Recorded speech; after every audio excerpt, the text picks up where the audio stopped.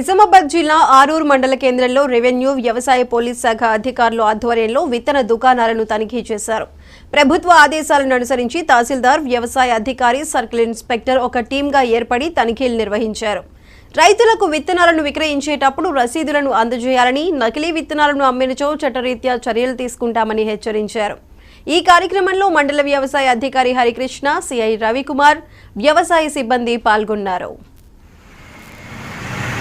Expire वाला ఉండే చలో రైతులకి ఇయ్యరు రైతులకి ప్రసక్తి లైసెన్స్ కూడా ఎక్స్పైర్ కానీ అదేనా మనకి ఇన్వాయిస్ రేజ్ కాదు మనం సిస్టంలో కదా దానికి ఎక్స్పైర్ మనం ఇన్వాయిడ్ ఇచ్చినప్పుడు ఇస్తాం ఆ డేట్ దాటినప్పుడు బిల్ రాదు నో స్టాక్ అని చెప్తారు.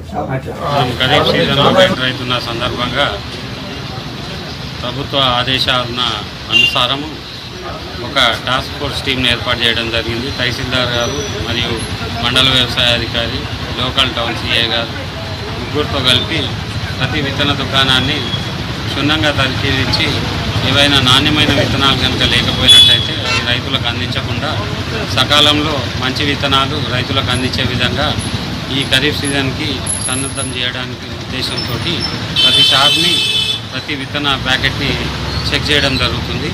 అందులో భాగంగా ఆర్మూర్లో ఉన్న టౌన్లో విత్తన దుకాణాలని ఈరోజు తనిఖీ చేయడం జరుగుతుంది. ఏవైనా నాణ్యమైన విత్తనాలు లేకపోతే కనుక వాళ్ళ మీద చట్టపరమైన చర్యలుగా తీసుకుంటూ ఇప్పుడు రైతులకు మంచి విత్తనాలు అందించడానికి మేము మా టాస్క్